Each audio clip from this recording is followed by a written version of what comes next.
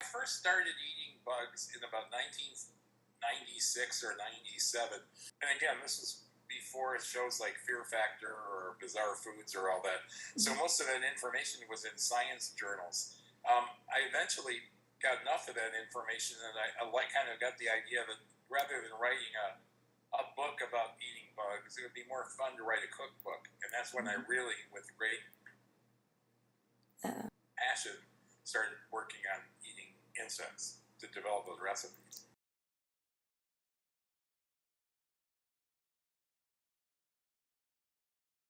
When I do a cooking demonstration, I start out by telling people, we talk about a lot of stuff. We talk about how we develop food preferences. I mean, a lot of people in our society are averse to eating insects. They think insects are gross and disgusting and germy. Of course, they're none of those things when you really think about it.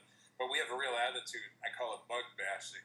So I talk a lot about getting over that. I talk about the fact that we eat all sorts of weird foods ourselves. You know, chicken eggs, when you think about it, are really weird. It's basically eating the chickens, period. Think about that, because we grew up eating those things.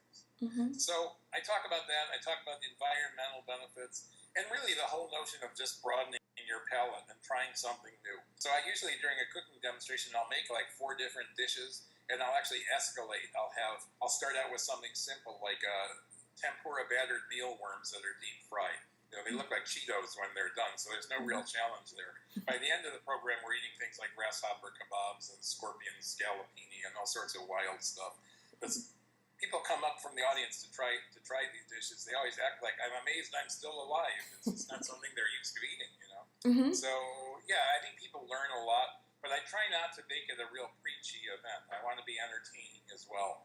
A lot of people say, I think it's really funny. They go, not bad. Like that's, you know, I'm still alive, basically. Some people say it's pretty good. And some people I've actually had come back for seconds. Really? You know, my all-time favorite story, I actually wrote about this in the Eat a Bug cookbook, was a kid. I was doing a program, and this kid kept coming back for seconds and thirds, and he had fifths of this crickets and orzo pasta. And when he was done, I said to him, don't they feed you at home? And he said, this is way better than anything my mom ever made.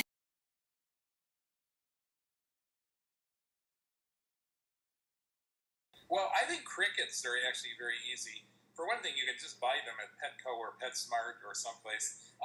The thing is, what's nice about them is they're available year-round. It doesn't take a real lot to prepare them. If you buy live crickets and you freeze them in your freezer and then sort them out, rinse them off, they can be incorporated in all sorts of different stir-fries and things like that. They have a very mild shrimp-like taste. And there's also this important thing about the visual value. If you look at something and it looks weird to you, your stomach is going to start objecting. I have a recipe in my book for fried green tomato hornworm. And these are really large caterpillars. They're about yay big, they're green. They do not look like food. And I remember even working on my book, this is after months of cooking on my recipes. When I got to that one, I could feel my stomach kind of going, are you sure you're supposed to eat these? Well, they're actually quite tasty, but just getting up the courage. They look like something that would probably make you sick. That's what your stomach is telling you. Don't go there.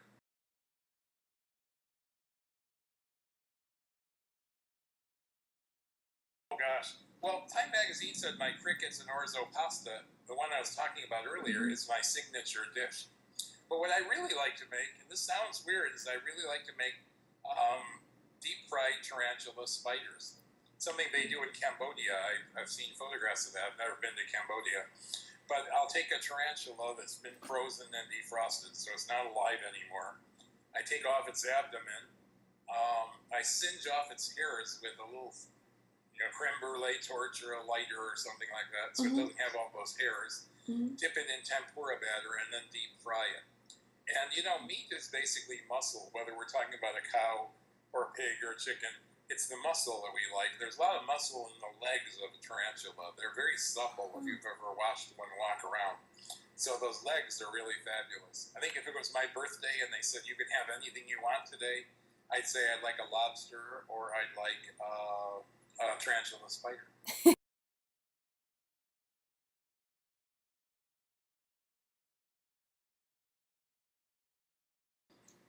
Right now it's remarkably trendy, and I think every other day I see a new newspaper report about how restaurants are starting to pick up on this. There's a restaurant, I live in Seattle, there's a restaurant here called Shanique that now serves a cricket flatbread that's really great using cricket flour. There are all these companies right now, like startups and things that are start making different kinds of foods. So it's hard for me to tell. It's very hard to predict a food trend. Mm-hmm. Who would have thought that sushi was going to be as popular as it is today? But I do see that there's a really growing momentum. Whether that's going to stick, whether 10 years from now we're going to look back at that as we did like the Earth shoe or something like that. What a weird idea. Or whether it's really going to become a mainstream thing is anybody's guess at this point. Yeah.